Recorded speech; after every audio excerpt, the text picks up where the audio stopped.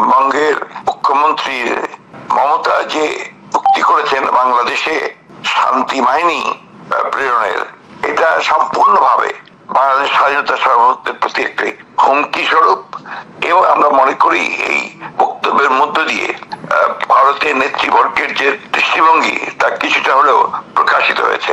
বাংলাদেশে সাম্প্রদায়িক সম্প্রীতি ক্ষুণ্ণ হওয়ার, বিপন্ন হওয়ার যে অলীক কাহিনী ভারতের মিডিয়াগুলোতে প্রকাশিত হচ্ছে তা কোনো মতেই গ্রহণযোগ্য নয়। আমরা বারবার বলেছি, এখানে সাংবাদিকরা এসেছিলেন, তারাও দেখেছেন, পশ্চিমবাংলার এবং ভারতের অনেক নাম করা সাংবাদিক এসেছিলেন, তারা দেখেন যে বাংলাদেশে এই ধরনের কোনো পরিস্থিতি নেই। অথচ ভারতবর্ষের পত্রিকা এবং মিডিয়া এবং তাদের নেতৃবর্গ যেভাবে সম্পূর্ণ একটা মিথ্যাকে তারা প্রচার করছেন এবং বাংলাদেশের স্বাধীনতা সার্বভৌমত্বের প্রতি হুমকি দিচ্ছেন, এটা কোনো মতেই বাংলাদেশের মানুষ গ্রহণ করবে না।